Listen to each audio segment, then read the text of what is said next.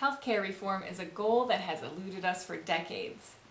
But all of that is about to change with new healthcare legislation introduced this week, being rushed through the process with a vote expected in less than 2 weeks. As always, I'm sure Congress will take the time to thoroughly read and understand the proposed bill, and more importantly, the effect it will have on the wealthy, the poor, the middle class, businesses, and healthcare providers. Case in point, their big plan hinges on creating an 8% tax for any business who can't afford to offer healthcare to all of its employees. Setting aside the sheer illogic of adding a new tax burden to businesses in the midst of a recession, this brilliant idea is sure to accomplish one thing: job losses. Now, I've done the small business thing, and I can tell you it costs a lot to offer healthcare to your employees. Sometimes you just can't justify hiring someone and paying for their healthcare. If we're forced to cover healthcare in order to hire someone, we're guaranteed to be hiring fewer people. And if Congress is trying to claim they're doing this for the low-wage workers in America, what do you think is going to happen when a small business can't afford to pay 8% more for each of their minimum wage employees? They'll have to start letting people go.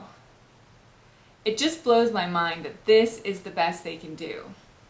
That instead of looking at ways to reduce costs so more Americans could afford coverage, their knee-jerk reaction is to tax our businesses to fund some crazy, convoluted, ultra-expensive, government-run, I don't even know what you call this. And look, I want people to be able to afford health care. I just don't see how that can possibly remotely happen if every move Congress makes increases the burden on our already stressed small businesses, which I believe are the lifeblood and future of this country.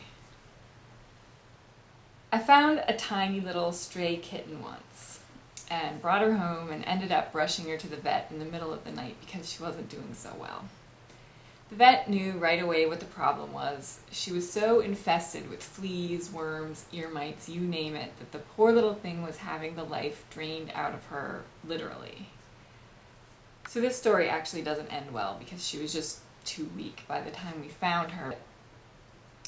If our parasitic government continues to leech resources generated by those of us who work hard and are entrepreneurs and innovators and business owners, there aren't going to be many of us left to leech off in a few years. So if this is their big, brilliant plan to save the country and provide health care for all, they better start working on what they're going to do when all of our businesses have gone under and no one can find a job because no one can afford to do business here. As always, sources and links for taking action are posted in the video notes. I'm Shelley Roach for BiteStyle.tv. Thanks for watching.